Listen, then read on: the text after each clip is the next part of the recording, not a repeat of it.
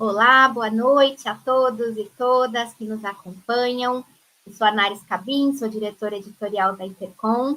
É um prazer estar aqui com vocês nessa noite, para essa live Intercom, durante a qual a gente fará o lançamento de uma importante obra que está saindo do forno, né? Acaba de ser publicada pelo selo editorial Intercom, que é o livro intitulado Diretrizes para o Uso Ético e Responsável da Inteligência Artificial Generativa, um guia prático para pesquisadores, do Rafael Cardoso Sampaio, Marcelo Sabatini e Ricardo Limonge.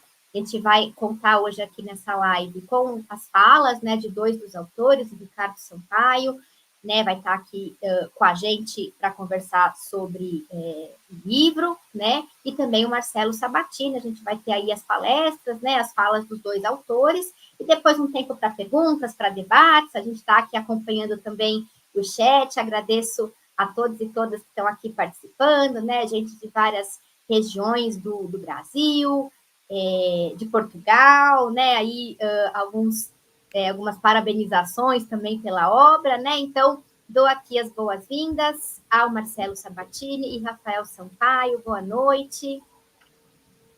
Boa noite. Olá, boa noite. Obrigada por estarem aqui conosco. Eu vou daqui a pouquinho apresentar vocês, os currículos de vocês. Eu só queria antes, né, aqui fazer os agradecimentos em nome, né, da diretoria editorial, que eu represento dentro da Intercom, né, ao restante da nossa diretoria executiva, que apoiou desde o início essa proposta importante de publicação, e especialmente, né, ao presidente da diretoria executiva da Intercom, professor Juliano Domingues, né, que também desde o início ali foi um entusiasta, né, dessa importante obra para o campo da comunicação, e que nós, né, fizemos aí de tudo, né, para que ela saísse ainda esse ano, né, porque a gente acredita que é uma obra que tem que estar o quanto antes, né, disponível aí para a comunidade acadêmica, né, acho que as falas também aqui dos autores vão deixar mais clara, né, essa relevância, e também porque a gente acaba aí de passar pelo marco de 2 anos de lançamento do ChatGPT, né, então também temos aí esse marco, né, que foi no dia 30 de novembro de 2022 o lançamento, né, então acabamos de completar 2 anos de ChatGPT. Então, sem mais delongas, para poder passar aqui as palavras, a gente começa com a fala do professor Marcelo, não é isso? E depois, né, a fala do professor Rafael. Só para reforçar aqui, gente, quem está acompanhando ao vivo, né, já está ali no chat da Intercom o link para acessar o livro, que está disponível no repositório, né, de e-books da Intercom. Mais para frente a gente vai passar também aqui um QR Code, né, para quem não tiver com acesso ao chat ao vivo, poder capturar, né, e fazer o download do livro, mas ele está disponível lá na página do repositório de e-books dentro do site, né, do portal Intercom. Agradeço também, né, inclusive, muito importante ao nosso querido Gênio, né, que está aqui, o Gênio da Secretaria da Intercom, que está aqui nos ajudando com toda essa parte técnica, né, deu aí todo o suporte também para a publicação, emissão de SPN, né, todo esse processo que é tão trabalhoso e está aqui hoje também nos acompanhando nessa live. Então, sem mais delongas, né, deixa eu apresentar aqui o professor Marcelo, depois, quando o professor chegar à sua fala, Rafael, eu te apresento também, tá? Então, professor Marcelo Sabatini é professor do Centro de Educação e do Programa de Pós-Graduação em Educação Matemática e Tecnológica da Universidade Federal de Pernambuco, membro do Grupo de Estudos em Novas Tecnologias e Educação. Marcelo, a palavra é sua, fique à vontade, né? O tempo também é seu, estamos com um horário bastante tranquilo aqui, né, em relação ao nosso teto, então tenho certeza que todos e todas aqui estamos ansiosos para ouvi-lo, e mais uma vez, muito obrigada por estar aqui hoje conosco. Então, Nara, muito obrigado. Gostaria de dar boa noite a todos que vieram prestigiar o lançamento e também saudar o coautor e quem deu essa iniciativa, o professor Rafael, e também a diretoria da Intercom. Então, assim, eu sou associado da Intercom já faz bastante tempo, já circulei por vários grupos, recentemente estive na coordenação do GP Folk Comunicação, então ter um amparo da instituição, da sociedade, é muito gratificante. E contar, acho que um pouquinho, não fiz nenhuma apresentação assim mais estruturada, mas a gente pode depois deixar, acho que acredito que é um tema que gera muitas dúvidas ainda, muitos questionamentos, e esse diálogo com os autores pode servir. Mas eu queria somente fazer assim, um breve recorrido de como foi a história do livro. E eu acho que, assim, basicamente, temos uma coincidência, o professor Rafael e eu, que quando foi o lançamento do ChatGPT, a gente, digamos assim, começou a experimentar bastante e a compartilhar esses experimentos, principalmente em rede social, inicialmente numa que, digamos, agora não está muito em voga, né? Particularmente agora eu passei para o Blue Sky, o professor Rafael também, e trocar experiências. Então, assim, até mesmo a gente pensando, e é algo que está acontecendo ainda hoje, a inteligência artificial generativa é uma ferramenta muito poderosa que colocaram nas mãos das pessoas para usar sem que a gente tivesse uma experiência prévia, ou mesmo um conhecimento do que ela é capaz, de quais são as limitações, de quais são os erros que ela gera, de quais são as implicações éticas, que é o tema desse guia. Então, assim, igual eu, igual o professor Rafael, outros professores no mundo todo que inspiram, que dão ideias para a gente, fomos usando, experimentando, compartilhando essas experiências. E aí eu conheci o professor Rafael, a gente ficou mutual, que se chama na rede social, um seguindo o outro. Inclusive, hoje eu divulguei um texto e encontrei um texto antigo, um tweet antigo, na verdade, no qual a gente interagia. Ele perguntava assim, primeira vez que eu recebo um texto produzido por aluno, uma tarefa produzida por ChatGPT, como é que vocês têm lidado com isso? Eu dizia justamente, é algo que é facilmente identificável pelas características, é um texto murcho, xoxo, sem vida. E depois, o outro passo foi durante o congresso do Intercom desse ano, onde até tive a oportunidade de conhecer a professora Nara, e que foi um congresso marcado muito pela temática da inteligência artificial. Não somente nos grupos que se dedicam à produção editorial, mídias digitais, mas de forma geral, olhando pela programação, a gente viu essa presença, e também nas palestras. O tema do congresso foi inteligência artificial. E aí, num dia, lá na programação, tinha uma mesa, e eu fui assistir, e reconheci o professor Rafael na mesa, ali falando sua palestra e trazendo essa perspectiva que ele estava trabalhando mais, focando na ética e no uso acadêmico da inteligência artificial na pesquisa. Aí mandei um tweet, botei a foto dele, ele respondeu, e depois a gente se encontrou, conversou, e a partir daí ele também, entrei num grupo que ele promove essa discussão, e no grupo ele compartilhou o trabalho seminal. E eu fiz tantas assim, observações que no final ele acabou convidando para ser coautor. Fiquei bastante feliz, aceitei o convite. E depois também com a colaboração do professor Ricardo Limonge, a gente preparou o texto. Foi um texto assim preparado de forma, acho que bastante rápida. Quem já escreveu um livro, quem preparou um trabalho, sabe o quanto de detalhe é envolvido.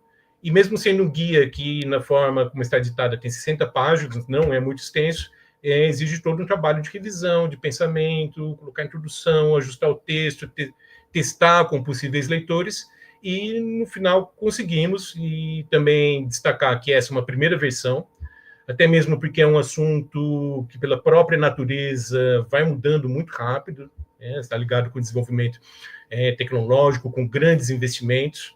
Também é um assunto que se revela cada dia. Então, por exemplo, a gente veio saber mais sobre o impacto socioambiental da inteligência artificial generativa, basicamente nesse ano de 2024. Até 2023 era um assunto que não era bastante comentado e que acrescenta, então, a esse uso ético, que a gente possa chamar assim, da inteligência artificial. Então, assim, o guia ele tem, aí na perspectiva que o Rafael pensou, colocar primeiro os princípios básicos, princípios éticos de utilização, e depois passar por os princípios de utilização, com aqueles que são os casos mais, digamos, comuns, frequentes, do que seria o trabalho científico.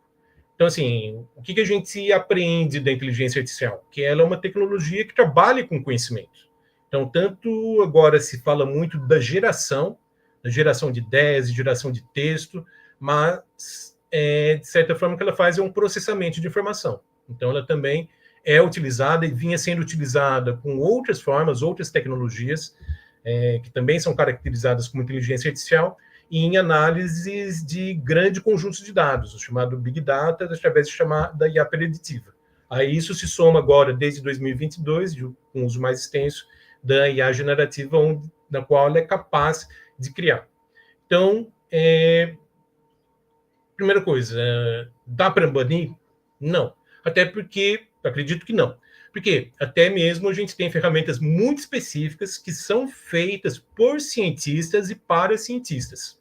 Então, é o caso da revisão da literatura acadêmica, que não que você não pudesse, e claro que sempre foi feito de uma maneira mais tradicional, depois passamos para a publicação eletrônica, e agora você tem uma ferramenta que ajuda na identificação de fontes e também no processamento, na síntese, na leitura delas. Então, isso, de alguma forma, acaba impactando tanto, digamos, a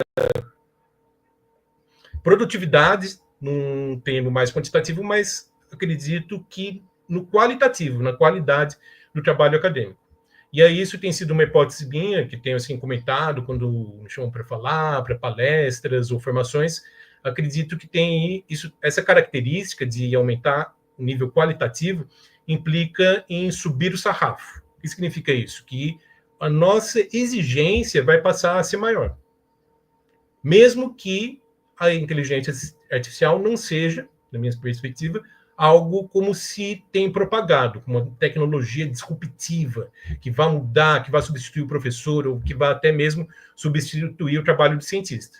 Mas se ela ajudar 10, 15, digamos 20% no máximo, numa mudança quantitativa, isso já é bastante significativo e vai alterar bastante o panorama do fazer científico, do fazer acadêmico. E, entre outras questões, porque a gente está numa espécie de competição mundial. Então, nesse momento, as grandes empresas, são grandes empresas ou então grandes universidades, principalmente nos Estados Unidos, que dominam essa tecnologia. E isso passa por uma discussão que é mais ampla, que a gente toca no livro, inclusive assim, o livro, o guia, a obra termina com um manifesto, que seria um chamado para a comunidade científica brasileira se unir, testar, produzir, colaborar para que a gente possa alcançar um nível de desenvolvimento, chegar até uma inteligência artificial própria, autônoma, soberana. Então, é isso que eu gostaria de colocar, assim, um panorama geral, a ideia um pouco de como surgiu o livro, e realmente voltar a agradecer ao Rafael pelo convite.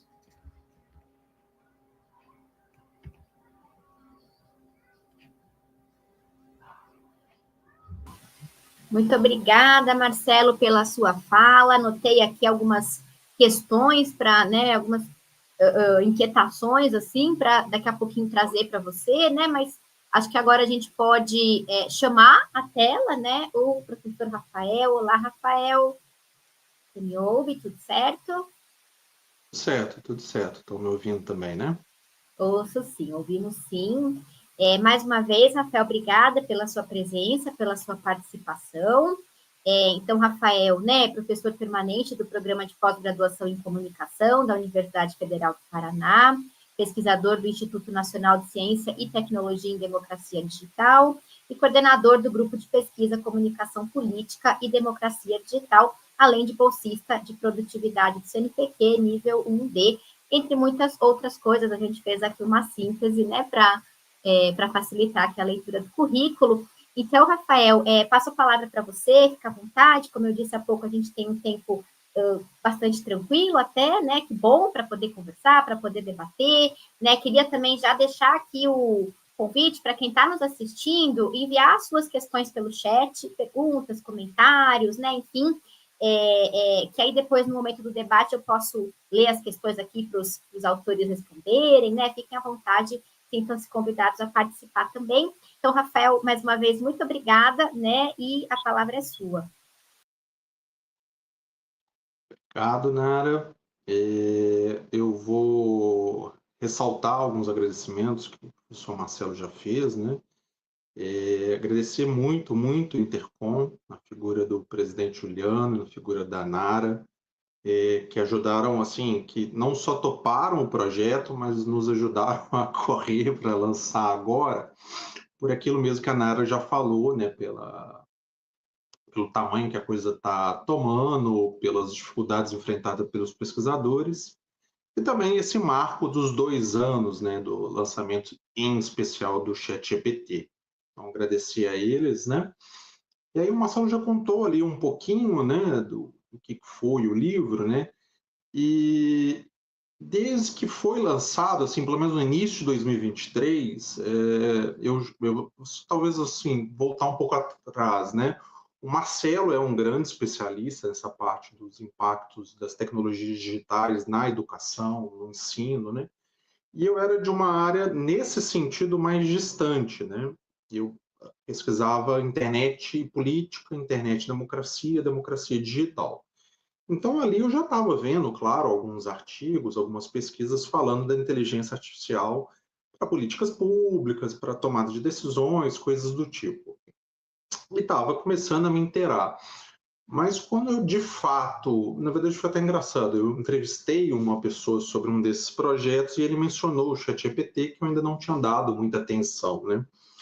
E ele, que era justamente um programador, falou algo como: eu sabia que chegaria esse dia, mas não imaginei que seria tão rápido.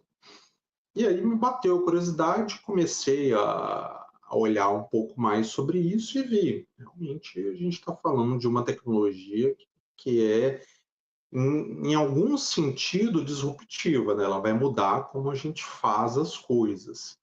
Então comecei a me interessar, igual o Marcelo falou, me conectei a ele, me conectei ao professor Ricardo Limonge, me conectei a algumas pessoas, e aí a gente fez lá um trabalho inicial para pensar um pouco sobre as consequências, para pensar um pouco sobre o que deve acontecer na academia. Então, esse é um artigo que está publicado. E aí, naturalmente, imagino a mesma coisa aconteça com o Marcelo, toda vez que, assim, estava todo mundo muito perdido, né, muito, e aí, né, o que está acontecendo, né, até na minha apresentação eu coloco aquele meme lá da Turma da Mônica, né, uma pessoa correndo em círculos, gritando o que está acontecendo e ninguém sabe. E toda vez que eu ia dar uma palestra para apresentar essa parte mais, digamos assim, teórica, mais filosófica, assim, do que deve acontecer, mudanças na academia, que eu creio que é mais próximo também da discussão do Marcelo, o próprio Ricardo também estava fazendo essa discussão, né, na administração, é uma coisa legal que eu e o Marcelo temos a comunicação como a área que nos une, né, mas eu atuo na ciência política, ele atua também na educação e o Ricardo na administração. E aí fomos vendo que as questões eram mais ou menos parecidas. A grande demanda, a grande questão era como usar, quando usar e, de certa forma, por que usar, né? Então, me pareceu que essa era uma questão importante, então comecei a verificar, assim, então o que a gente já tem de guia, de manual, de diretriz, em português, né? Em inglês já tinha bastante coisa, a gente achou, né? Mas, interessantemente, não tinha muito material disponível em português. E, especialmente, não tinha material disponível em português sobre essas questões mais práticas, mais aplicadas. Assim, o que eu posso, em que ponto eu posso usar e que ponto eu não posso usar e o que eu tenho que levar em conta ao usar, né? E aí até a ideia, o convite aos dois colegas foi muito natural, porque os dois estavam trabalhando exatamente com isso, né? Então, além do caráter interdisciplinar, é aquilo que até que o Marcelo falou, de, em alguma medida, a gente tentou oferecer alguns princípios, algumas diretrizes iniciais, mas, assim, sabendo bem que não há respostas prontas. Até por isso era interessante ter 2, 3, mais autores para compartilhar essas experiências, para ver o que estava acontecendo, né? Eu até me perdi aqui, mas o importante nesse momento foi que quando a gente procurou essa literatura em português e não achou, isso ficou assim muito na nossa cabeça. Como assim não tem nenhuma diretriz, nenhuma cartilha, guia, manual da CAPES, do CNPq, FAPESP e daí em diante, né, do MEC?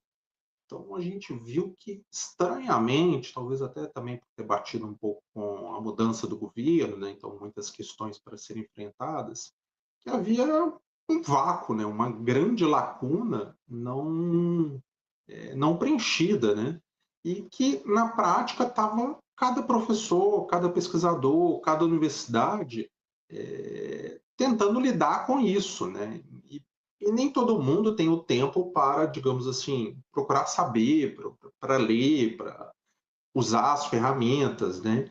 Então, a gente, nessas diferentes palestras, nessas diferentes ocasiões, né, o Marcelo até citou muito bem o Intercom, a gente foi vendo que as perguntas eram as mesmas, e eram perguntas, na verdade, muito práticas. Ok, já entendi mais ou menos o que é, já entendi mais ou menos como funciona, mas o ponto ao final era: posso usar, não posso usar, né? Então, assim, com base nas nossas experiências, com um pouco de base na literatura que a gente achou, especialmente em inglês, né? A gente achou até um dossiê muito interessante feito pelos colegas da PUC São Paulo, ali sobre a direção da Lúcia Santaella, mas, assim, justamente esses usos mais práticos, que não fossem só os princípios, né, de ética, transparência e afins, não estavam facilmente disponíveis. Então, a gente achou, vamos nós três dar a cara a tapa, sugerir aqui uns princípios, sugerir aqui uns usos, ressaltar bastante, né, os cuidados, o que pode, o que não pode, e mesmo quando pode, o que você deve levar em conta, né?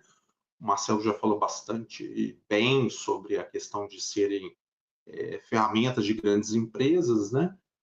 De grandes corporações, dessas big techs que têm interesses muito específicos, e essa parte final, né, que a gente faz esse apelo à necessidade de uma ferramenta do tipo que seja soberana, né?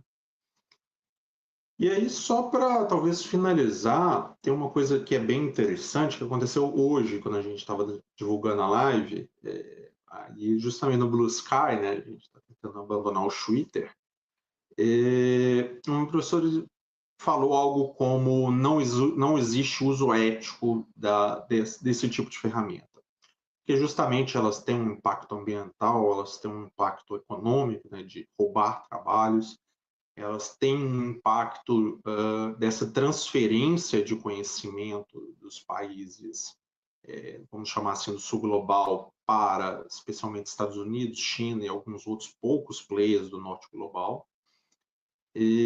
Então, nenhum uso seria ético, seria indicado, e no máximo a gente faria o que ela chamou de contenção de danos.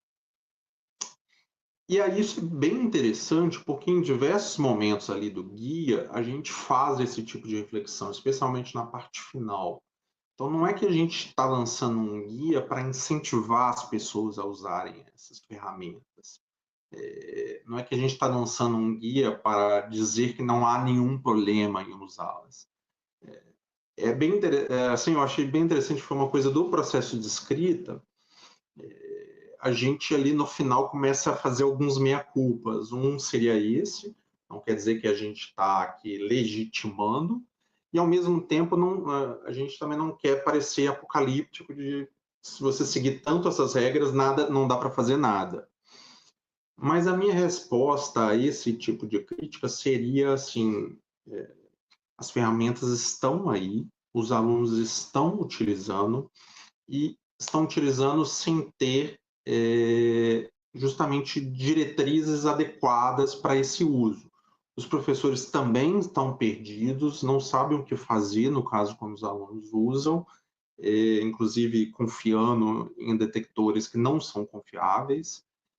Então, assim, o nosso objetivo era esse, né? Era dar ali um conjunto de regras, princípios, diretrizes, talvez regras seja até muito, né? De sugestões do que dá, o que não dá, quais são os cuidados. E daí a gente até encerra o guia dizendo que ele não tem nenhuma pretensão de ser a parte final de qualquer processo. Na verdade, como existia essa lacuna muito grande, desde o começo a nossa ideia de certa forma, parece haver ou um receio de lançar essas diretrizes, ou ainda uma não identificação de como fazer. Eu imagino que, evidentemente, né, o MEC, CAPES, deve ter essa discussão, sem dúvida alguma.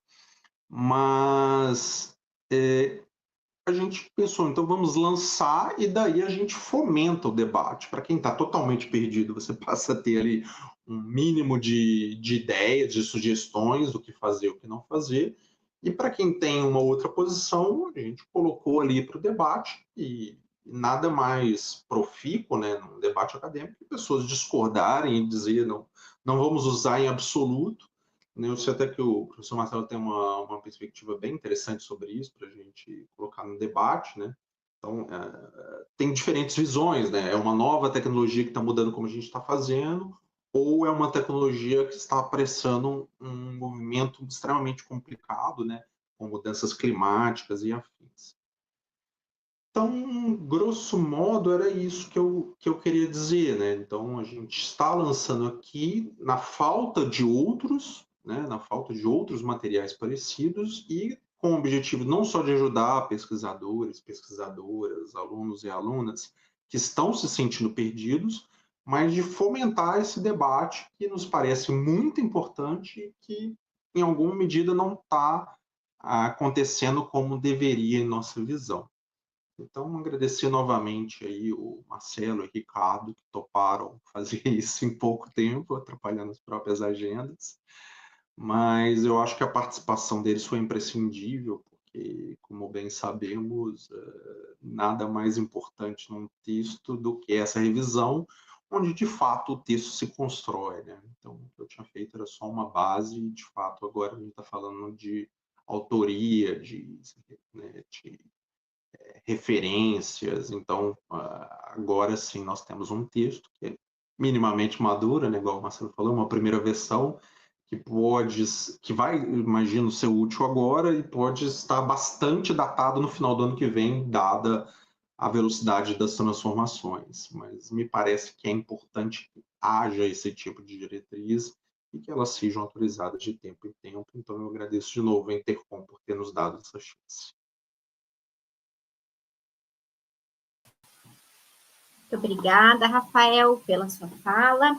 A gente espera que, tão logo o guia fique datado, a gente possa publicar uma segunda edição, uma terceira edição, né, e que a gente possa continuar aí contando com vocês, né, para fazer esse debate, que é muito caro a Intercom, como vocês assinalaram, né, do tema do Congresso Nacional desse ano, o ciclo de estudos interdisciplinares, a sua participação, né, Rafael, de vocês, de outros pesquisadores, mesmo a composição das programações dos GPs, né? Então, dentro dos GPs, nós tivemos muitos trabalhos discutindo inteligência artificial, não só nesse ano, na verdade, nos últimos anos, né? Esse é um tema que vem se consolidando, né? Em vários âmbitos, a gente tem dossiês, né? Abertos aí, recepção de trabalhos, né? Sobre esse tema, a gente tem alguns dossiês já sendo publicados, a gente tem projetos, né, de pós-graduação, alunos que chegam ao mestrado, ao doutorado com projetos que trabalham com a inteligência artificial, então, pensam, né, propõem pensar a inteligência artificial, então,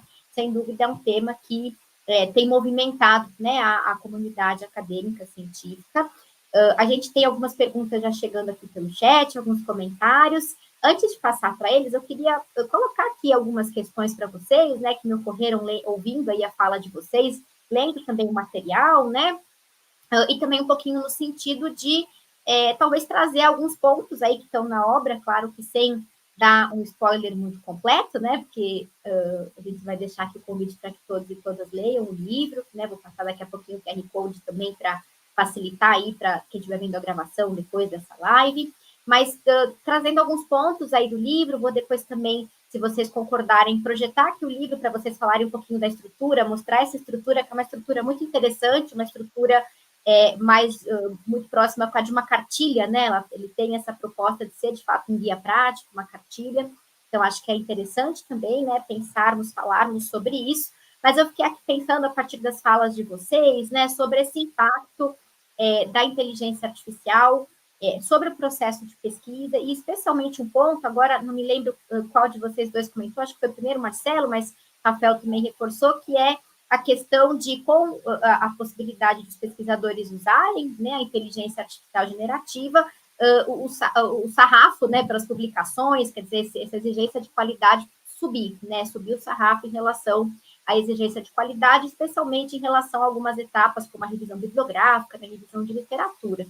Eu queria perguntar a vocês, né, se vocês, como é que vocês veem que isso pode ser institucionalizado, se é uma prática que os programas, talvez, de pós-graduação vão adotar, se é uma prática que os periódicos científicos talvez adotem, claro que aqui são suposições, né, imagino, mas de repente, se vocês tiverem algum exemplo, né, de alguma publicação, alguma localidade que já adote políticas nesse sentido, né, então, como que isso vai ser de fato efetivado, institucionalizado? Será que as revistas podem adotar diretrizes nesse sentido para os seus pareceristas, por exemplo, né? Vocês veem isso como uma realidade que já está, algo que já está acontecendo, ou como uma tendência, algo para um futuro próximo?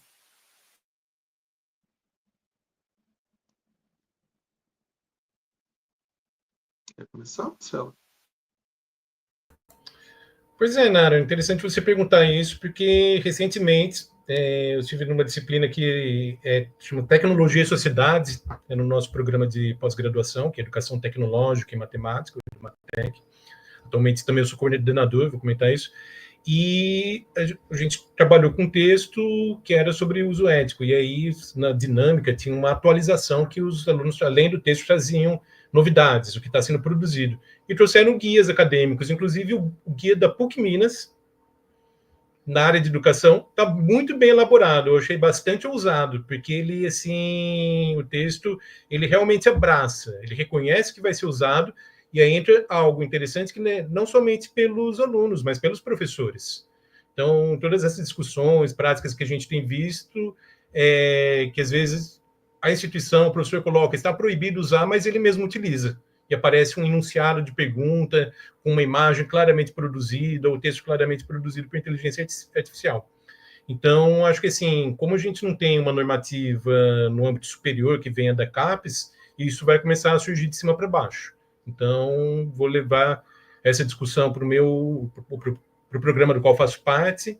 Hoje estive em contato com a coordenadora do outro programa do nosso centro, que é o de educação, de forma mais geral, e, veja, ela me disse que não está, não conhece, não usa, não pratica. Então, é uma discussão que, mas ao mesmo tempo ela sabe como está sendo utilizado. Então, assim, acho que é uma discussão premente, e aí eu acho que espero que o nosso guia venha iluminar, inspirar, e que a gente precisa dessas normas, porque até a gente começa, depois a gente pode projetar, com alguns casos, situações que são situações reais. Então, assim, agora que terminou, eu posso comentar, mas durante o nosso processo seletivo, que foi nesse período agora de agosto até final de dezembro, surgiram projetos que foram claramente feitos com inteligência artificial, mas, assim, feitos, digamos, da maneira mais equivocada possível, usando textos sem revisão, com aquele problema que se chama confabulação, ou mais comumente, como a gente conhece, a alucinação, com fontes que eram completamente inventadas, e eu não poderia, por exemplo, desclassificar esse projeto. Por quê? Porque no edital não existia uma norma que dissesse não pode usar. E mesmo se tivesse o edital, também seria um ponto a mais, em que o guia traz essa discussão, que são as ferramentas de detecção de inteligência artificial. Elas funcionam? Funcionam realmente? Será que ela me dá a clareza legal de eu desclassificar um candidato? Ou, inclusive, numa situação mais grave, de acusar um candidato, né, um mestrando, um doutorando que está apresentando o seu trabalho de ter feito fraude acadêmica? Nossa posição é que não, essas ferramentas não são suficientemente transparentes ou suficientemente exatas ainda a ponto de identificar.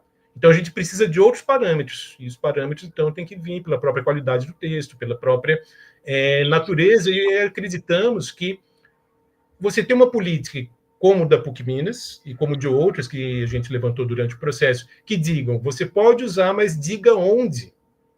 Que ele diga assim para o candidato do processo seletivo, a gente sabe que você vai usar. Porque não tem problema você usar, a gente está usando para pensar. A gente está usando para ter ideia de artigo científico, às vezes para quebrar aquele branco da tela, para iniciar um parágrafo, para gerar ideias. Então, no momento que a gente diz que ele pode usar, mas estabelecendo quando, onde, como, a gente vai ter um uso mais orientado. Acho que é essa a ideia. Não, perfeito, Marcelo.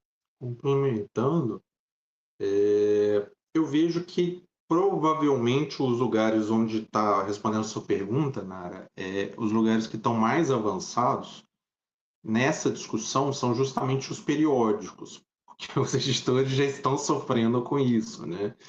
E ao exemplo do que o Marcelo falou, que também provavelmente muitos professores estão sofrendo isso nos processos seletivos, né, de mestrado, doutorado. Então essa discussão está relativamente forte, apesar de a criação dessas normas, dessas regras ainda não ser tão bem disseminada. Eu, com o professor Ricardo, tivemos até a oportunidade de participar numa discussão com os diretores da Cielo, que inclusive já apresentaram normas, né? E que querem apresentar algumas normas para os periódicos como um todo da Cielo seguirem, né? Então, é uma discussão que tem que acontecer. Acho que o Marcelo tocou um ponto bem importante, que não adianta fingir que não está acontecendo, né? E até uma apresentação minha eu brincava, criei uma imagem de IA com um elefante gigantesco numa sala de aula. Tá elefante, né? Não tem como ignorar. Tem um problema aqui no celular. Vocês me desculpem. Mas o que acontece? Se a gente fingir que não está tendo nada, que as pessoas não estão usando, o que vai acontecer? Os alunos, os próprios professores vão só usar, muitas vezes de maneira inadequada, antiética, ou mesmo equivocada, né, igual o Marcelo falou, um uso não, assim, não só não adequado, mas que não tira o melhor dessas ferramentas, né? E daí não vai adiantar, né? Assim, o ponto é, se isso está acontecendo, precisamos debater, precisamos nos apropriar, até para fazer a crítica, né? Igual mencionei da professora que postou. Então não vale de nada, mas assim, então temos que apropriar, ver e aí dizer, olha, realmente não vale, o custo é maior do que o benefício. Mas a partir do momento que a gente sabe que os alunos estão utilizando, jovens pesquisadores e afins, então passa a ser a nossa tarefa entender o que está sendo feito, como está sendo feito e orientar para um uso mais adequado.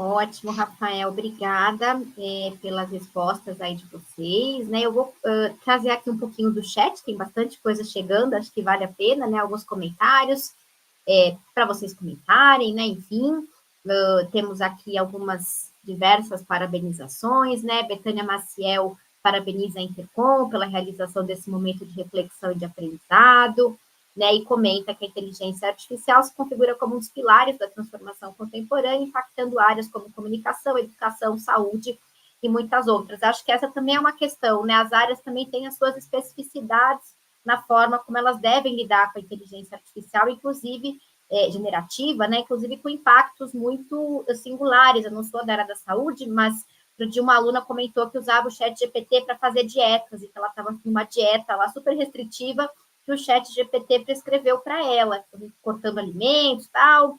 Não tenho ideia da precisão dessas dietas, mas imagino que haja o risco de haver imprecisões ali, principalmente porque é alguém que não é da área da saúde lendo essa dieta e simplesmente seguindo, né? Então, acho que a gente tem também aí singularidades em cada área, né, que devem ser consideradas. Que mais aqui, gente? Tem aqui o comentário. Nada, comentar rapidinho, então. Diga, por favor. Sim, meus diversos interesses, eu acabei estudando e me formando em educação física, mas não pratico muito, eu apenas pesquiso. E, seguindo um pouco essa orientação, uma vez eu escutei um professor falando assim que todo trabalho que é algorítmico ele vai ser substituído pela inteligência artificial, mas não é verdade. Porque, assim, é relativamente fácil você planejar uma dieta. Você calcula suas calorias e aí depois você distribui essas calorias no dia. Então, assim, eu quero uma dieta de... Aí calculo lá a minha idade, altura, então, 1.600 calorias. Eu posso pedir para o ChatGPT distribuir isso. E eu fui ver, testei nos modelos de fronteira, que chamam, o ChatGPT Plus, o Cloud Plus, eles não conseguem fazer conta. Não dava, não batia a conta. Então, assim, a pessoa que não tem essa atenção vai acabar se colocando num risco de saúde. Sem contar, imagino, né, professor, você é muito mais do que eu, já que você tem essa formação na área, pode saber que há singularidades metabólicas, né, características individuais ali que tem que ser consideradas numa dieta, num plano de exercício, né, e que aí essa atenção individualizada do profissional de saúde, nesse caso, ela é importante, né, pode até ser acompanhada por uma ferramenta, mas me parece que ela tem uma importância aí muito significativa, né? Muito bom. Vamos ver aqui o que mais, gente. Só para reforçar, né? Aqui o Gênio da Secretaria deixou aqui uma mensagem no chat para quem precisa de certificado de participação, né? Mandar um e-mail lá para secretaria.intercom@gmail.com, né? Solicitando por nome completo.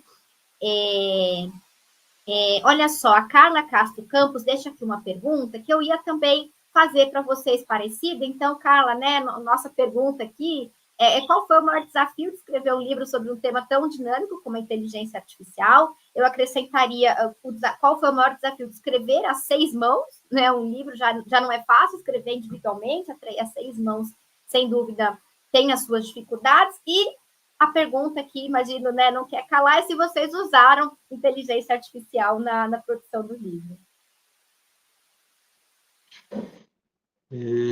Deixa eu começar esse, então, Marcelo.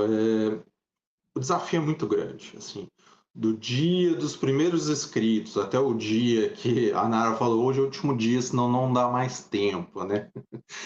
Surgiu, assim, umas 35, não, assim, sei lá, umas 10 atualizações dos modelos, né?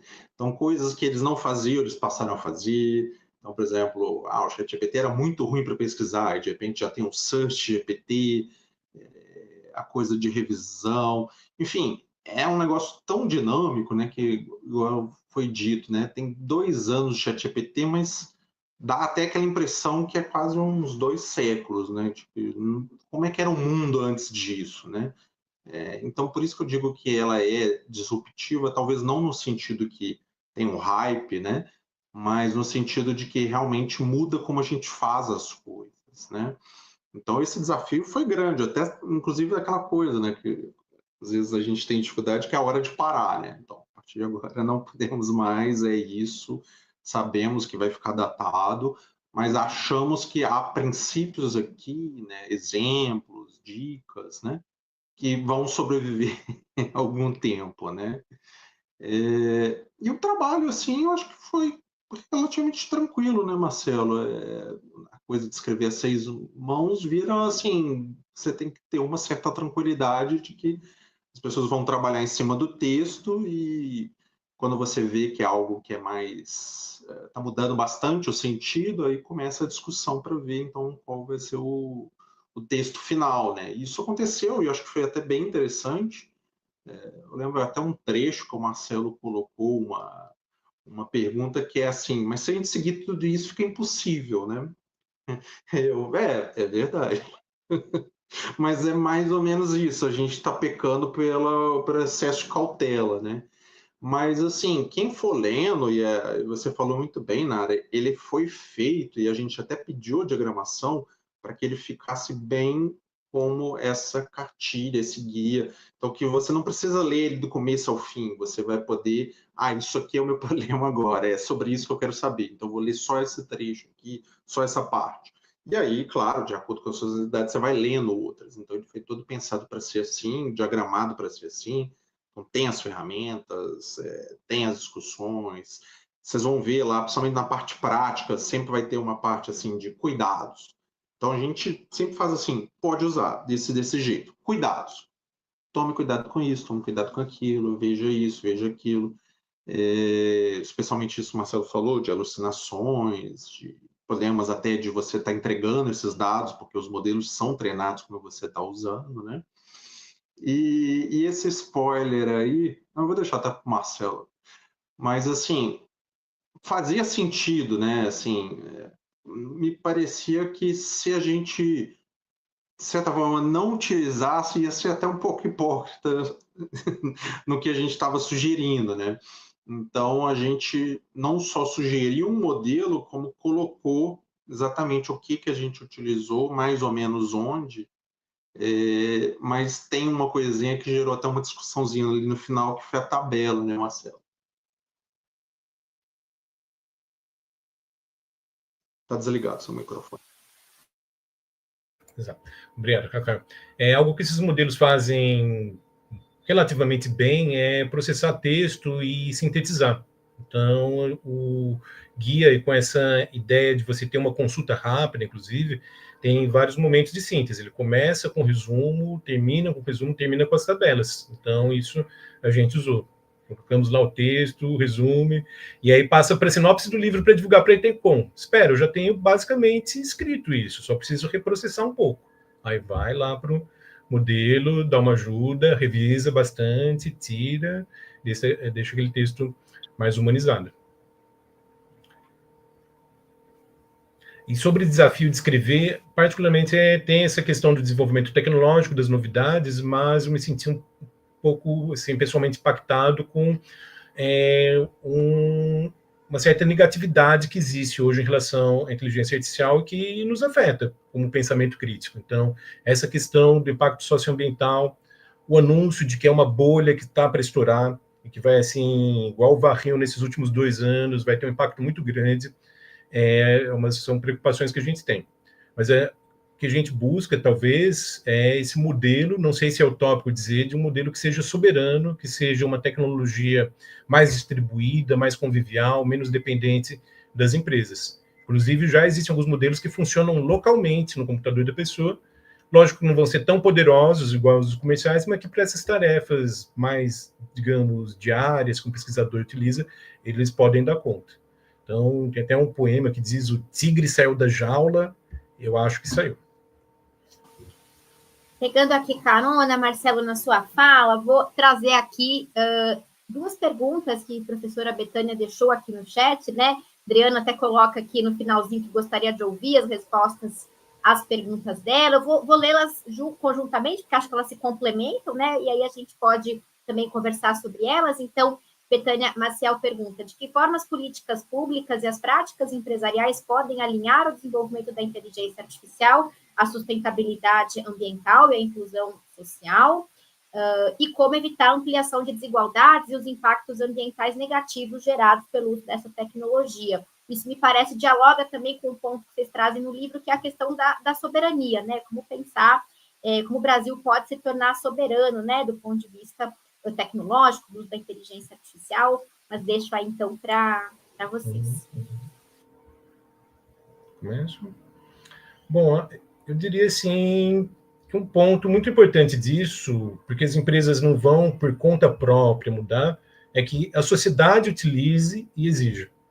Então, até comentar um trabalho que eu fiz com a própria professora Betânia Maciel, que é minha coautora, a gente apresentou no ALAIC, que foi sobre o viés de gênero, que é o tema que a Betânia trabalhou na tese. E a gente foi com a hipótese de que minha hipótese era de que estava enviesado ao contrário, de que, em função de críticas que tinham sido realizadas com digamos assim, um politicamente correto dos modelos de geração de imagem, a ponto de surgir uma polêmica, foi gerado um soldado nazista negro, uma diversidade racial que não existia, e uma vez eu fiz um teste com os alunos em sala de aula, e realmente também deu enviesado ao contrário. E a gente então fez um protocolo de pesquisa usando linguagem neutra, usamos o inglês, com várias profissões que são ou tradicionalmente masculinas ou que são as que estão hoje em debate, em que as mulheres estão tomando pouco a pouco terreno. E detectamos viés. Detectamos viés tanto na quantidade como na forma. Testamos vários modelos e geralmente assim uma mesma situação. Professor, quando foi professor de universidade, professor universitário, ensino superior, foi mais representado como homem, enquanto professor de escola foi representado como mulher. Mesma coisa para, por exemplo, técnico de futebol. Nenhuma inteligência artificial gerou isso. Mas veja, isso já é resultado de pressão social. As pessoas estão atentas. Eu acho que a tecnologia que hoje está sob mais escrutínio dos seus usos éticos, das suas consequências, e que tem forçado, de certa forma, as empresas a colocarem diversidade nas suas equipes de desenvolvimento. Isso até o professor Sérgio Amadeu, que é um especialista em comunicação digital, cultura digital, e também ativista pelo software livre, tive a oportunidade de vê-lo aqui em Recife, debater, ele coloca isso de uma forma assim, muito clara e contundente, que a ciência de dados, a ciência da inteligência artificial, ela é masculina e branca. E isso é um ponto que a gente também levanta. Então, assim, um dos pontos para se mudar e para forçar as empresas a se alinharem é que a gente use, experimente e detecte e faça reivindicações nesse sentido. Agora, sobre o ambiental, não saberia dizer.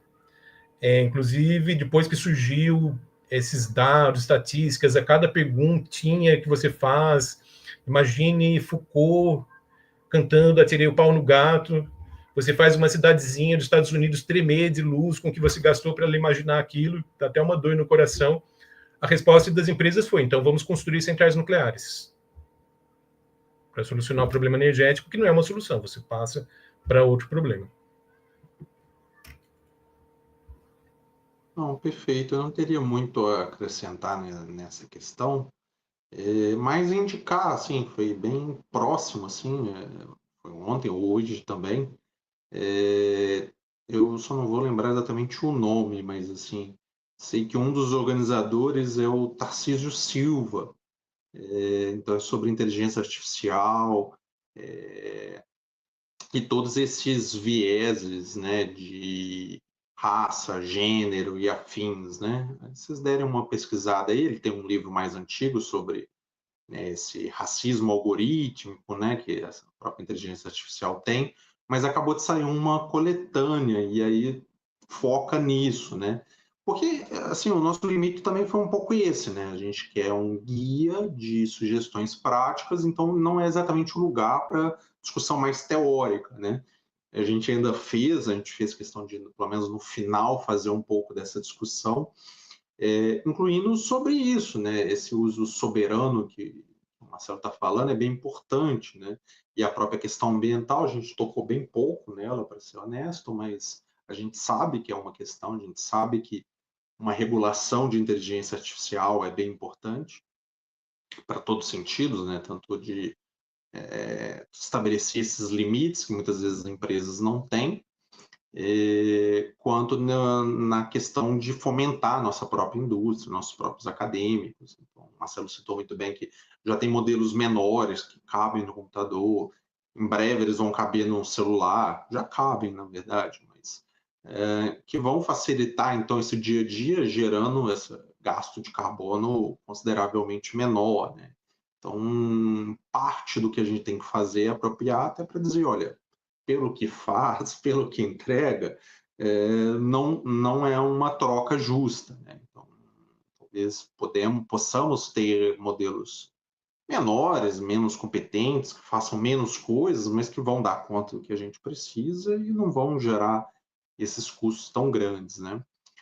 Que só para reforçar, gera uma questão bem importante que a gente discutiu rapidamente, em alguns momentos, de que, de certa forma, a academia tem que tomar muito cuidado, porque agora a gente vai passar a viver no tempo dessas grandes empresas. Então, igual a gente falou, esses modelos vão sendo atualizados com muita rapidez e mudando muito rápido. Então, se antes a gente estava falando de uns softwares acadêmicos mais estáveis, rastreáveis, né? Então, eu uso o NVivo 13, beleza, daqui um ano ou dois saiu o NVivo 14, e daí em diante, o SPSS 23, depois em um ano saiu o 24. Agora a gente está falando desses modelos que se atualizam muito rápido, né? Então, uma das coisas importantes claro, vamos usar, tem vários ganhos, né?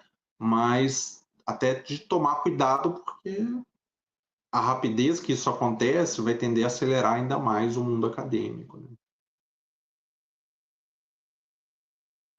Só para complementar aqui, Rafael, acho que o livro do Tarcísio Silva, ao qual vocês se referem, que saiu agora em novembro, né, se não me engano, que é o Inteligência Artificial Generativa, Discriminação e Impactos Sociais, né? Eu acho que é esse o título do livro ao qual você se refere, né? Mas ele tem outras obras, outros trabalhos, né? Ele tem artigos em que ele discute, por exemplo, a questão de uma necropolítica algorítmica, né? Então, ele tem trabalhado aí bastante com esse tema, mas essa última obra dele, então, tem esse título, né? Inteligência Artificial Generativa, Discriminação e Impactos Sociais. É justamente uma obra em que ele pensa especificamente a questão da IA generativa, né? Temos mais algumas perguntas aqui no chat que eu queria trazer para vocês, eu até teria outras curiosidades, outras questões, mas acho bacana a gente priorizar aqui, né, as participações no chat. Então, só para seguir aqui a nossa ordem de questões, né, a gente tem vários comentários aqui também, né, quer dizer, Luiz Carlos Yasbeck, né, que traz a questão da necessidade de um uso crítico, né, com desconfiança da inteligência artificial, né, usados com desconfiança, são ótimos instrumentos de produtividade em pesquisa, para quem pesquisava em biblioteca física como eu, em livros de papel, né, passando as páginas com o dedo a cuspe, é um adianto, né? E aí ele diz, a desconfiança é balizada pela ética, pela honestidade acadêmica e pela inteligência não artificial, recurso exclusivo de seres que aprendem fora dos padrões algorítmicos. Renata de Lima também, né, reforça aqui, é preciso fortalecer cada vez mais o pensamento crítico, a postura de questionamento, seja de pesquisadores experientes ou de estudantes, para um uso ético e cuidadoso da IA na pesquisa. Acho que a proposta do livro, né, é justamente trazer essa reflexão crítica, ética e suprir, né, como vocês apontaram bem, uma certa lacuna, pelo menos em termos de uma iniciativa que sistematiza, né, essa reflexão. Por isso que a Intercom, né, considerou fundamental e urgente essa publicação. Tem aqui, né, Marcelo, a indicação que você deu no chat do dossiê da revista Inteia, né, se você puder deixar aqui o link também. Eu até estou com o dossiê aberto aqui, né, já dei uma olhadinha em alguns artigos. Se quiser comentar um pouquinho. Digital, me parece, mas tem um trabalho ali que eu não cheguei a ler, que é sobre definição de temas de TCC, que inclusive é um dos pontos práticos, é o primeiro ponto prático, que é geração de ideias. Aí, em algum momento eu coloquei até planejamento de pesquisa, e o Rafael disse, não, planejamento de pesquisa é outra coisa bem mais profunda, é só para gerar ideia mesmo. As ideias de temas, né?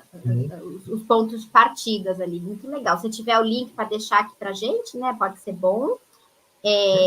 Aí temos aqui também, ainda, né, Luiz Carlos Yasbeck pergunta, né? O Harari, no Nexus, né? O livro Nexus, traça um panorama assustador para o futuro dos modelos generativos de inteligência e admite que é possível ser criativo com algoritmos. O que vocês pensam disso?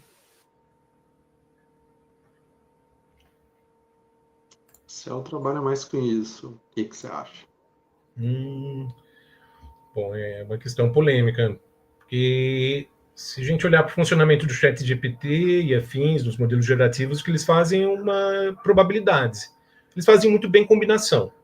Então, até voltando, a parte de ideação de ideias, ele faz junções do que já foi falado.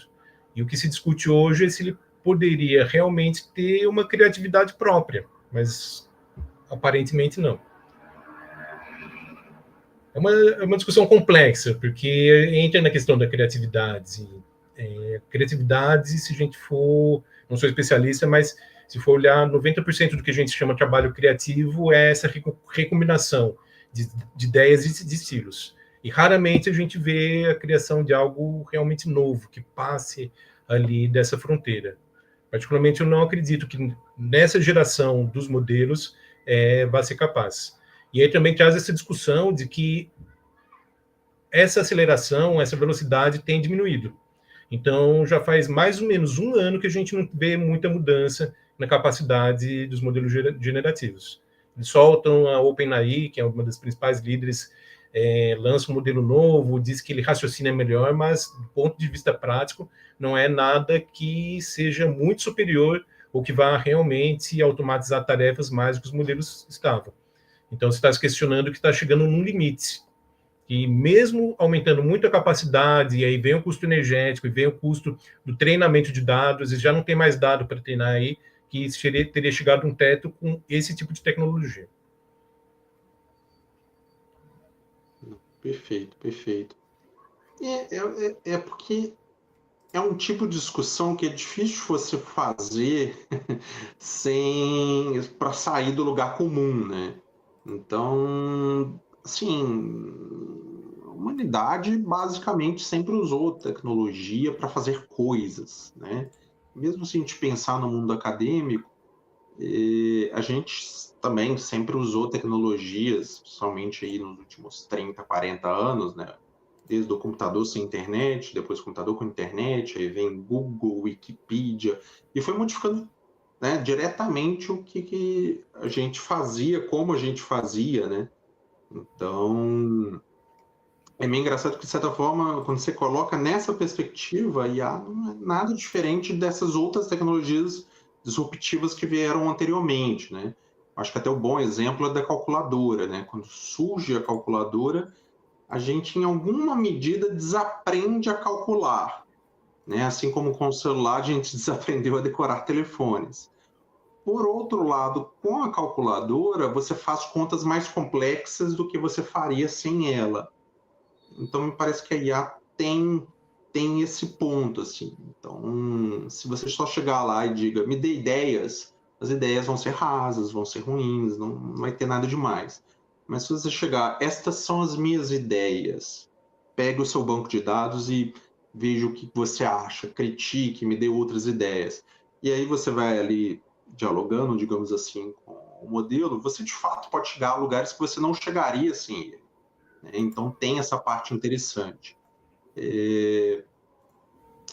Mas me parece que, não sei, assim, a própria Santaella tem uma discussão que, sei lá, de certa forma, são máquinas que pensam de fato, mas pensam de maneira diferente dos seres humanos. E talvez o que nos incomode tanto seja porque quando houve revoluções industriais, revoluções técnicas anteriores, elas afetaram especialmente os trabalhos mais braçais. Então, nós acadêmicos, pensadores, intelectuais estávamos a salvo. E pela primeira vez parece afetar de maneira muito séria essa parte, e também nessa parte do que a gente considerava ser humano, né?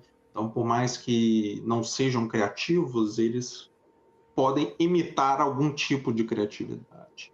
Então, acho que é isso que está num debate, tanto mais teórico, normativo, quanto no debate prático mesmo, né? Do que pode, como não pode, e como realmente você vai poder, talvez, fazer coisas que você não conseguiria sem essa ferramenta. Talvez o hype seja um pouco só da gente evitar de assim, comprar muito fácil esse discurso que agora vamos ter mais tempo para coisas substantivas, logo, né, vamos ter mais tempo livre e afins, né?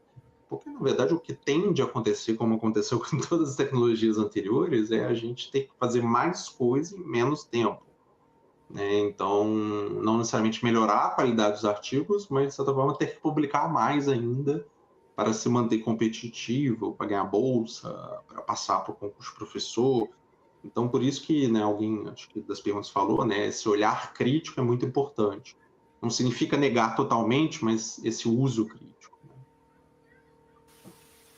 A gente tem aqui uma pergunta de Jutsi Kiaya, desculpe se eu pronunciei errado sobre o nome, que pergunta, e aí acho que, né, uma forma de responder certamente será a indicação do livro, né, para leitura, mas acho que dá talvez para adiantarem aqui alguns pontos, que é, né, pergunta se é possível utilizar o GPT para análise de documentos científicos, incluindo a metodologia que a análise foi realizada com o auxílio do GPT.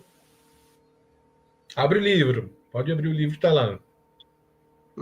Mas sim, eu acho que é o uso mais legítimo que tem é você fazer revisão de literatura. Tanto que a gente tem ferramentas específicas para isso. A recomendação, não use o GPT, use o do Coelhinho, que é o... Como é que chama? É o Research Rabbit, obviamente. Temos o Research Rabbit, temos Elist, tem vários que estão indicados no guia, SciSpace, e que são para esse uso específico. Mais uma pergunta aqui do Luiz Carlos Yasbeck. Estamos chegando aqui ao final das perguntas. Temos mais duas aqui, se mais alguém tiver, né? Acho que ainda temos um tempinho para vocês enviarem. Depois eu queria abrir o livro e, né, aqui o e-book, além de mostrar o QR Code, dar uma passadinha nele, que vocês falassem um pouquinho da estrutura, acho que isso é bacana. Mas então, aqui a pergunta, né, do Luiz Carlos. Um texto claramente identificável como IA, ele está aqui citando algo que vocês disseram aí na exposição, né? Essa frase dita aqui pelo Sabatini nos sugere uma coleção de parâmetros denunciativos de IA. Vocês mostram isso no seu livro? esses parâmetros, né, denunciativos de IA? Então, o que a gente fez, ou pelo menos o que a gente tentou, né? Por exemplo, tem uma nota de rodapé que a gente fala, por exemplo, de alguns adjetivos que a gente sabe que essas IAs usam muito. Que muitas vezes são até uns adjetivos meio exagerados ou pouco usuais, né? Acho que o grande exemplo, né? O Marcelo acabou de lançar um texto hoje sobre isso, eu sigo lá a sua newsletter, né? Como crucial, que é o principal. Você quer falar que você está... Acho que você está mais nesse tópico que eu, Marcelo. Eu estava pegando o link, fazer o merchan aqui. E ali fora ele liga direto, né? Então, não, é realmente isso. A gente tem que... Eu acho que a gente tem alguns parâmetros para utilizar a inteligência humana. Eu acho que, nesse ponto, e aí eu acho que as observações do professor Carlos Yasbeck, acho que são muito relevantes, porque algo que tem sido colocado bastante, que é o chamado paradigma da expertise, do conhecimento, do domínio. Por quê? Vamos pegar a escrita acadêmica. Para você saber escrever academicamente, você tem que praticar, e praticar muito. Só que, ao mesmo tempo, a gente tem hoje uma tecnologia que, como o Rafael colocou, facilita para a gente. Então, se você utiliza a tecnologia que facilita, você não pratica, você não passa por aquelas horas de trabalho duro, que não é somente trabalho duro que é feito sozinho. Esse domínio, ele passa também por uma supervisão. E é assim que foi feito durante praticamente, talvez, toda a história da humanidade. Como são aprendidas as técnicas e o domínio das habilidades. E isso, a inteligência artificial está causando um curto-circuito. As pessoas estão achando que fazem planejamento de pesquisa, que escrevem academicamente, sem nunca ter praticado isso. Inclusive, hoje a gente até observa um comércio de prompts e de cursos de pessoas que não têm a vivência que a gente teve para dominar isso. Então, acho que... Como é que solucionamos esse paradoxo? Possivelmente, realmente planejando atividades que não utilizem a inteligência artificial e fazendo uso, digamos assim, misto. Aqui você vai poder usar, mas agora vamos passar para o computador sem internet, escreva, eu reviso. E o que vai, talvez, impedir isso é esse produtivismo acadêmico que a gente sofre.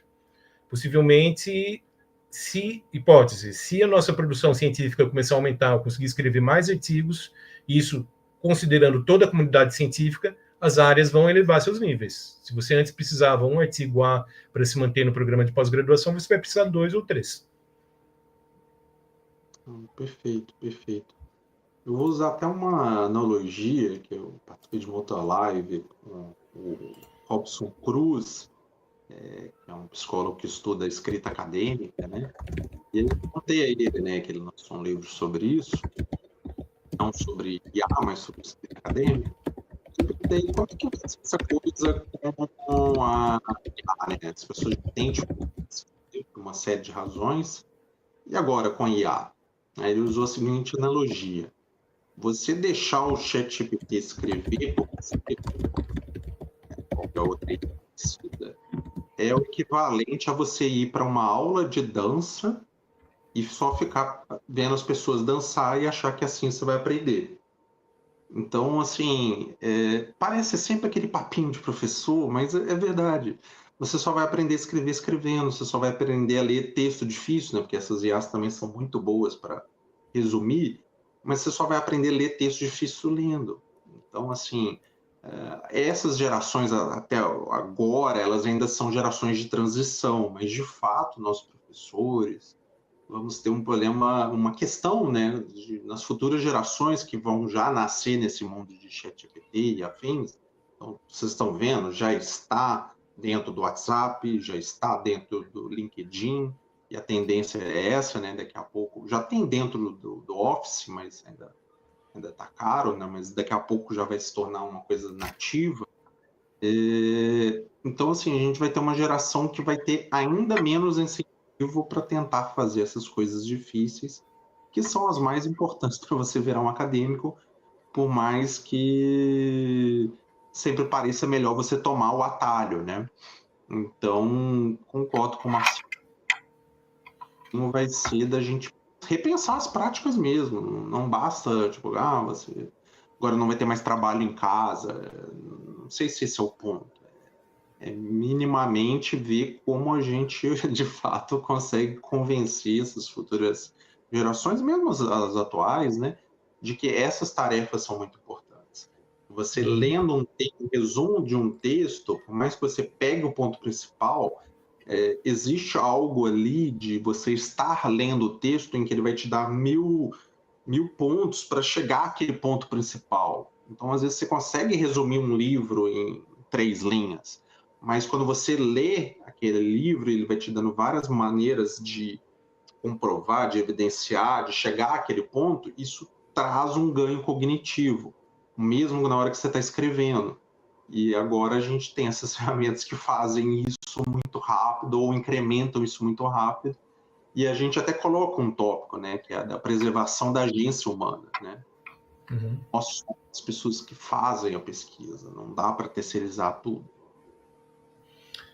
Complementando, assim, o que eu tenho visto é que esse debate da inteligência artificial, ele não é novo. A maioria das coisas que a gente vê retraça problemas antigos.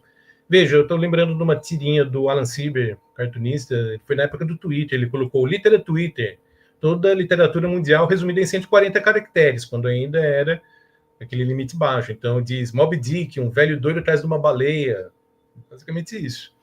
Então, isso está relacionado agora com um problema que eu acho que é bastante preocupante, que tem sido chamado do slop, em inglês, que seria uma sopa, uma baba, não sei qual a tradução exata, mas que é esse tipo de texto que não diz nada.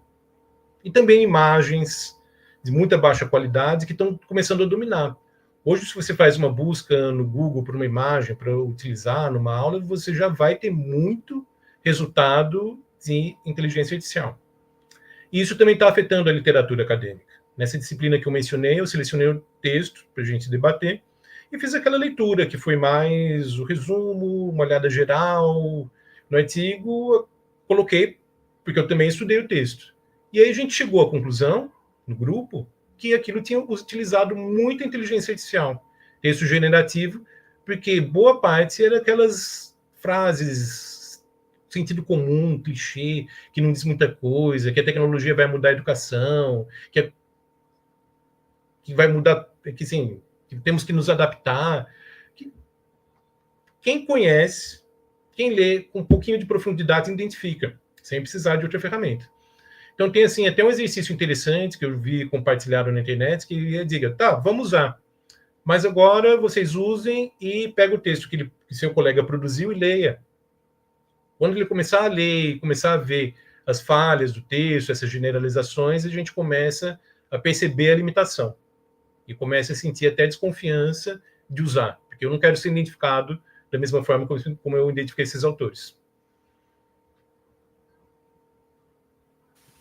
Acho que é interessante, né, para além de tudo que vocês disseram isso, na verdade, mas acho que é um ponto que a gente pode reforçar aqui nessa live, né, e que é um ponto muito em sintonia com as discussões que as áreas, né, científicas têm feito no Brasil mais recentemente, que é a discussão em torno do produtivismo acadêmico, né, de alguma forma, essa questão da inteligência artificial generativa, eu acho que ela leva a um limite de fato insustentável, né? Essa premissa da produtividade, da questão quantitativa, do quantitativismo, né? Porque, afinal de contas, se a IA faz, né, em quantidade, né, uma parte, pelo menos, do nosso trabalho, quer dizer que a quantidade não é mais o parâmetro que deve ser usado para avaliar nosso trabalho, né? Então, acho que esse é um ponto assim, chave, né, dessa discussão. Rafael, você ia falar alguma coisa? Acho que eu te cortei. Não, pode não. E só para tomar, então, aqui, gente, retomar aqui os comentários, né? Temos, acho que, mais 2 perguntas apenas, aí a gente passa aqui para a apresentação da materialidade do livro, né? Acho que vale a pena. Viviane Laporte, né? Coloca aqui uma questão, regulação de IA. Todo mundo menciona a importância da regulação de IA, mas grande parte das áreas, né, e pessoas não se envolvem, não participam. O que vocês recomendariam, já que a aprovação de uma lei é só questão de tempo. Pergunta também de $1 milhão, né? Mas uma pergunta fundamental.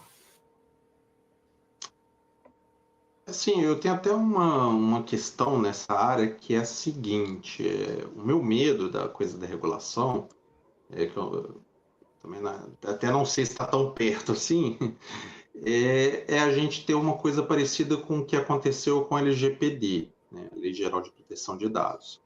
Então, a LGPD é muito boa, funciona muito bem para órgãos públicos, então todo mundo da universidade já deve ter lidado com ela de uma maneira ou outra, e muitas vezes ela é bastante impeditiva, atrapalha alguns processos. E na prática, se ela fosse de fato seguida, praticamente nenhuma empresa, nenhuma Big Tech operaria no Brasil do jeito que elas fazem, né? As farmácias não poderiam mais pedir nosso CPF e daí em diante. Então, o uso justo dos dados para funções diretas seria diferente. Então, me parece que quando a gente pensar em regulação de IA, a gente tem que ter bastante cuidado, bastante critério, porque em alguns momentos a gente vai estar falando, especialmente de IA generativa, a gente vai estar falando das Big Techs. Então, a gente vai estar falando de uma regulação que tem que ser muito parecida com a regulação de plataforma. O que é bem diferente do que uma regulação de IA, por exemplo, dentro do governo. Quando a gente fala aqueles princípios, IA tem que ser transparente, tem que ser explicável, tem que ser aquilo, tem que ser aquilo outro, isso dificilmente vai funcionar bem para essas empresas, porque na prática elas não vão abrir os modelos como deveriam, né? A gente precisa, claro, ter alguns princípios para minimamente saber o que acontece ali, mas o meu medo é, de novo, ser muito dracônico com as coisas que a gente faz na academia, na pesquisa, no governo, e pouco com as empresas, né? Mas o debate está forte, né? O debate está forte, inclusive até nos Estados Unidos, que é um lugar que é muitas vezes bem refratário. A gente tem que estar atentos e tentando contribuir, né? Eu vejo várias pessoas na Intercom que estão, de fato, contribuindo com isso, né? Então, nosso papel como acadêmicos é sempre manter esse debate ativo e, quando chamados, ou até se for parte da agenda da pessoa, né, tentar influenciar positivamente. Pronto. Então, durante essa experiência da disciplina que terminou agora, inclusive saudar a Luciane e Luiz Batista, foram alunos que estão aí no chat, eu também me coloquei ali por questão organizacional como aluno, e fiz a atualização de um texto que era sobre letramento em IA. E o que eu trouxe foi uma área de pesquisa, que eu passei bom tempo, inclusive do doutorado, que é, digamos assim, a comunicação pública da ciência e da tecnologia, que tem interfaces com a questão de regulamentação e de letramento, no caso do letramento científico e tecnológico, que também tem uma ponte com educação e ciências. E pegando os textos ali, apresentações, se você riscar científico e tecnológico, colocar inteligência artificial, basicamente é a mesma discussão, incluindo os impactos que ela tem sobre a sociedade, sobre essa participação. E não querendo ser negativo, mas um dos autores, Miller, na década de 2000, ele fala que é um empreendimento impossível, porque as pessoas elas tendem a viver numa sociedade que tem os benefícios da ciência e tecnologia, num conforto, e acabam não questionando. E aí a gente vê as inúmeras controvérsias, desde o uso de transgênicos, energia nuclear, energia de petróleo, remédios para emagrecer, que são utilizados para emagrecer, quando deveriam ser utilizados para o tratamento de certas doenças. Então, realmente, eu vejo que seria o mesmo desafio, a gente fazer essa parte de um letramento, mas que também a gente não tem garantia que se vai transferir em ações políticas e na capacidade da sociedade realmente opinar sobre os rumos que uma legislação sobre IA vai ter. Obrigada, Marcelo e Rafael. Acho que aqui mais uma pergunta, né? A nossa última pergunta aqui da live, depois a gente mostra o livro, que é a pergunta da Marília Barcelos, né? Ela fala sobre questão ainda da regulação, da legislação, né? Então, ela diz sobre regulação e legislação, se fala muito sobre direitos autorais. Como vocês veem essa questão dos direitos autorais? Cabe no mesmo documento a propriedade intelectual acadêmica e a ficcional? Outra pergunta também de grande complexidade. Só definir aí o que é ficção, o que não é ficção, já é uma questão vasta aí que poderia nos tomar muito tempo, mas acho que em linhas gerais, né, se vocês puderem trazer aí, sem dúvida vai ser relevante. Engraçado, esse foi um dos pontos da nossa discussão, né, Marcelo? Que era, se não me engano, era um trecho assim: os autores devem certificar que têm os direitos autorais daquilo que está sendo produzido pela IA. Mas como é que você vê isso? Como é que você garante isso, né? É basicamente o que o Marcelo falou, é quase impossível, né? Chega um ponto que está em instâncias tão superiores que é muito difícil, né? Então a gente sempre coloca ali, por exemplo, tenha muito cuidado ao usar o output, né, o resultado da IA, porque às vezes ela está usando a ideia de outra pessoa e você não sabe, né? Você quer ter um plágio inadvertido, ou está usando justamente não só a ideia, mas uma coisa, porque na academia às vezes é aceito, mas até uma coisa que é protegida de fato por direitos autorais, propriedade intelectual, né? E aquela, né? Justamente, de novo, a gente fica num lugar que é tudo mais difícil, né? Então, enquanto um país, mesmo grande, mesmo relevante do sul global, fica ainda mais fácil para essas empresas se apropriarem das nossas criações e não dividirem o bolo depois, né? Então, me parece que tem que entrar sim, mas que é uma questão que é tão complicada, pelo que eu acompanho do debate, vai acabar ficando como um debate à parte. Mas tem que ir fora, né? Porque isso traz até uma discussão interessante, por exemplo, assim, todos nós somos, em maior ou menor medida, defensores de ciência aberta, né? O conhecimento tem que ser aberto, e o modelo atual acadêmico é extremamente equivocado. Mas, ao mesmo tempo, o que está acontecendo é que nós e alguns outros movimentos específicos em alguns países estamos abrindo a ciência. Todo esse conhecimento fica aberto para treinamento desses modelos, enquanto as grandes editoras vão lá e vendem os nossos artigos, as nossas ideias para fazer ou seus próprios modelos ou para fazer, né, vendem para OpenAI, para Google fazer os modelos deles. Então, assim, até isso, né, agora está como uma discussão, né?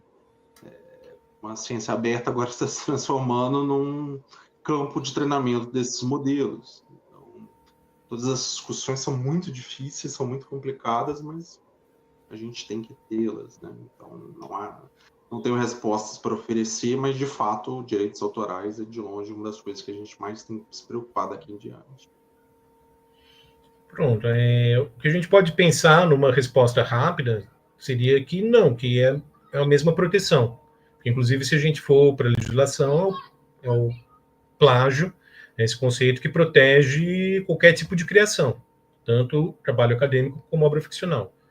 Mas aí vem o que Rafael respondeu: o debate sobre o direito autoral, principalmente na academia, tem sido matizado pelas questões de ciência aberta, pelas grandes editoras, pelo lucro. Então, eu acho que assim, a própria legislação de plágio precisa mudar nesse sentido. Eu acho que potencialmente é uma discussão que vai se separar da ficção.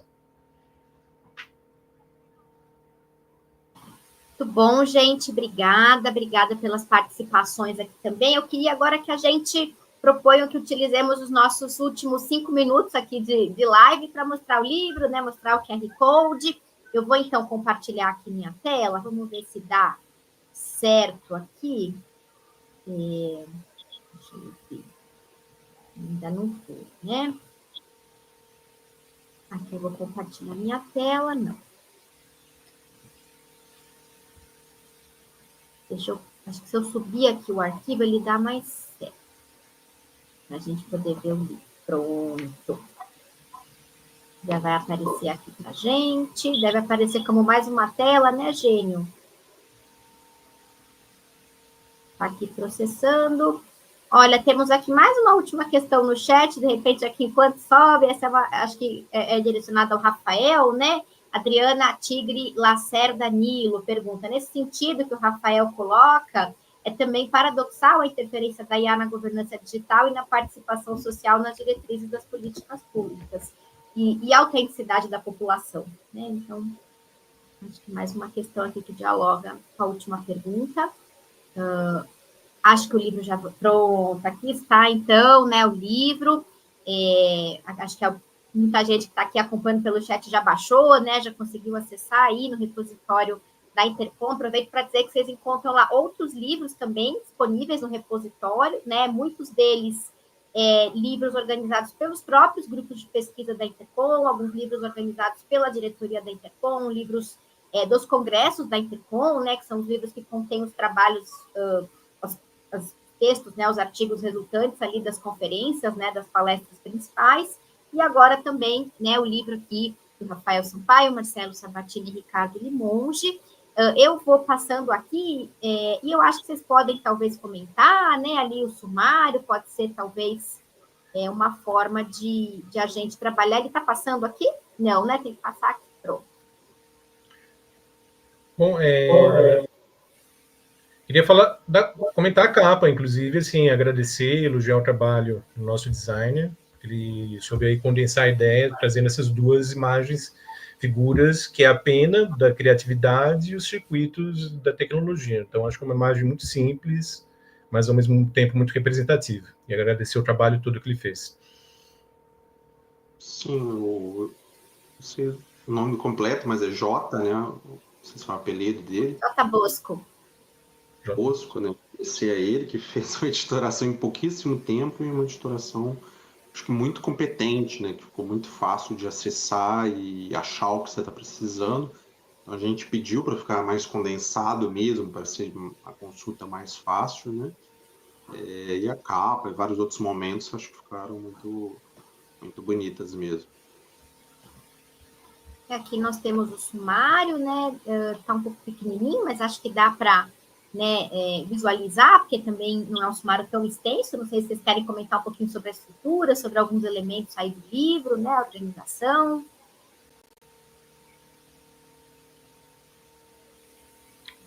Rafael.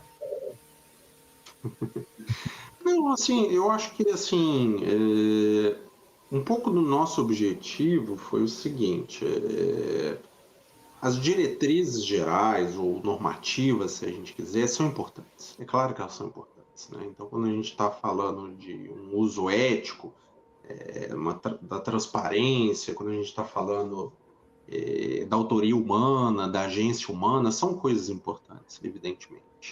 Né? Mas me parece que aquilo que a gente mais inovou, por assim dizer, seria de, assim, na prática, quais são os problemas, quais são os usos, quais são as dificuldades.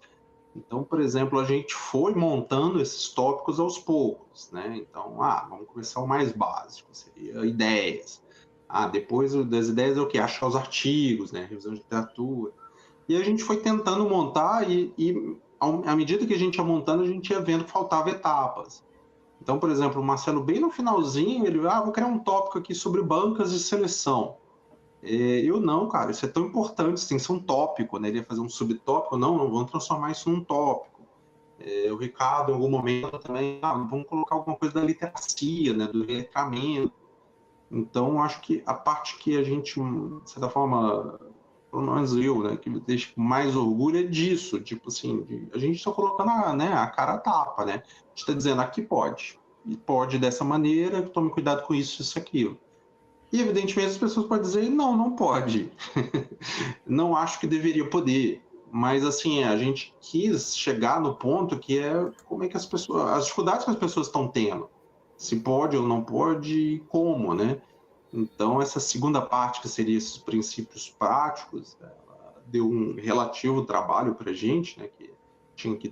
A gente tentou primeiro apresentar em cada tópico alguns usos e depois uma segunda parte em todos eles de cuidados, né? Então, não que a primeira parte não seja importante, mas essa segunda parte é o que eu destacaria agora. Eu vou um pouco fazer o sentido contrário. Eu acho que assim, a primeira parte ela vai ser mais estável, porque ela traz esse embasamento. Então, sim, inclusive nós como acadêmicos temos preocupação em definir tudo. Mas é importante, porque a gente começa a falar integridade acadêmica, mas espera, a gente está falando disso, mas o que é integridade acadêmica? A gente precisa definir, precisa conceituar isso. e lá para frente, quando os usos mudarem, a gente se adapta. E realmente, teve algumas situações em que foram feitas com trocar o pneu com o carro rodando, porque são situações de prática mesmo. Então, essa questão da banca seria, seria um subtópico de você avaliar trabalhos. Sim, mas de repente, a gente vislumbrou esse uso, o próprio candidato ele pode usar isso para melhorar o projeto dele, para se preparar para a entrevista.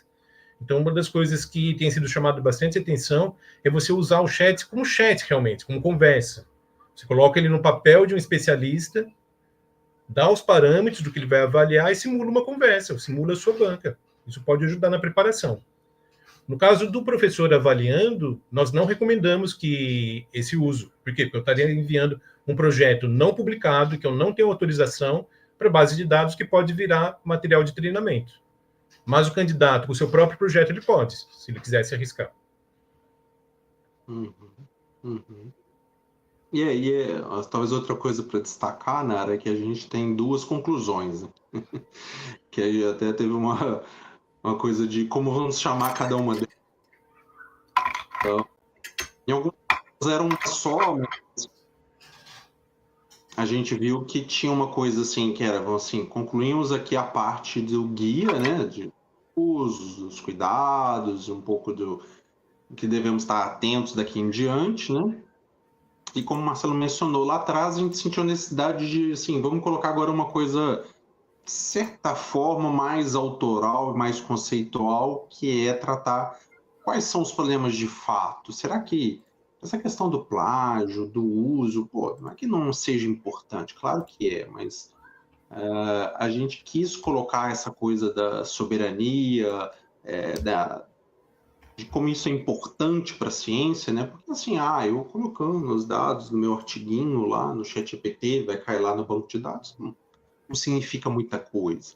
Porém, quando a gente está falando de um país inteiro colocando os seus dados que vão entrar para esse pool dessas grandes empresas, aí é um problema mais sério, né? Então, não sei se a gente literalmente cita isso, mas me parece que tem duas áreas que tem que tomar cuidado. O Estado como um todo, né? Sempre tem que ter um certo cuidado com o que produz e para onde está entregando os seus dados, né? Até porque são os dados dos cidadãos. E a pesquisa, que é onde está tendo a inovação, né? Onde está tendo, né, as grandes descobertas. Então, essa parte final, que seria a conclusão da conclusão, né? Ou pelo menos um adendo desse cuidado, me parece também onde a gente tenta enfrentar um pouco essas questões e trazer isso para o debate. Obrigada, Rafael. Marcelo, vou agora colocar aqui o QR Code, né? A gente precisa aqui ir encaminhando a nossa live para o final, porque já estamos até 5 minutinhos além aqui do nosso horário. Deixa eu trocar aqui, gente, vou remover, né? Então, aqui o livro, mas todos vocês podem acessar no repositório da Intercom através do link que o Gênio deixou aqui no chat, né? E também através aqui do QR Code, né? Que vocês podem capturar aí com as câmeras de vocês, que encaminha, né? Diretamente para o repositório de livros da Intercom. Convido a todos e todas também a conhecerem as outras obras publicadas pela Intercom. Nós temos outros livros lançados esse ano, né? Publicações de GPs, temos obras lançadas esse ano a partir do trabalho da diretoria executiva, um livro em homenagem ao professor José Marques de Mello. Então, a gente tem aí, né, publicado bastante pelo selo Intercom, né, compartilhado todos esses livros, e aí, né, pensando, claro, no acesso universal à ciência, público, gratuito, né, todos esses livros ficam disponíveis para download no repositório da Intercom de forma gratuita, é possível baixá-los, ler online. Então, reforço aqui esse convite, né, para que vocês conheçam o nosso catálogo, e agradeço imensamente, mais uma vez, Rafael Sampaio, Marcelo Sabatini, pela presença aqui na live, mas não só, né, também por terem confiado o material de vocês ao selo Intercom, né, ao nosso trabalho de editoração, que foi muito tranquilo, porque o texto é impecável, né, muito bom, foi um prazer, aprendi muito, né, inclusive já eu tive acesso aí ao livro em primeira mão, né, um desses benefícios, né, de trabalhar com editoração, eu já pude, inclusive, aplicar ali alguns princípios na avaliação dos TCCs que a gente fez aí, né, nessas últimas semanas, né? Eu sou professora da PUC Minas, então tem também, né, Marcelo, o material né, de educação, né, da PUC Minas, então a gente tem ali alguns parâmetros, mas o livro de vocês ajudou muito já, então recomendo demais, né, a todos os pesquisadoras que conheçam, leiam, acho que é um livro fundamental, ele tem que circular, tem que ser divulgado aos nossos alunos, né, editores de periódicos, então esperamos aí também que o livro possa ensejar esses debates, e o nosso querido designer, né, J. Bosco, está aqui no chat dizendo que foi uma honra ter feito a diagramação desse livro, então a gente agradece mais uma vez, viu, Bosco, foi um trabalho impecável, né, e em tempo recorde, né, acho que esse livro realmente desafiou, assim, os parâmetros temporais, mas a gente deu conta e é muito bacana estarmos lançando, né, a obra ainda em 2024, que é fundamental, porque é um debate urgente, né, e precisa ser feito desde já. Então, mais uma vez, obrigada a vocês, autores, obrigada a todos e todas que nos acompanharam, que nos assistiram, Bosco, nosso querido Gênio, né, que está aqui até esse horário conosco, cuidando da nossa parte técnica, e, na verdade, sempre cuida de tudo, né, na Intercom, sempre nos ajuda. Mais uma vez, também um agradecimento a toda a diretoria executiva da Intercom, né, especialmente ao nosso presidente, Juliano Domingues, e meu agradecimento muito especial a vocês dois, Rafael e Marcelo. Obrigado, cara, pela... Assim, você, Jota, Juliano, todo mundo se envolveu diretamente para dar certo, e estamos muito, muito felizes com o resultado. O livro está, né, o guia, né, tá bem fácil de consultar, tá bonitão. E é isso, a gente espera que ajude e começar a levar mais a sério essa discussão aí. Então, fica aqui meu agradecimento.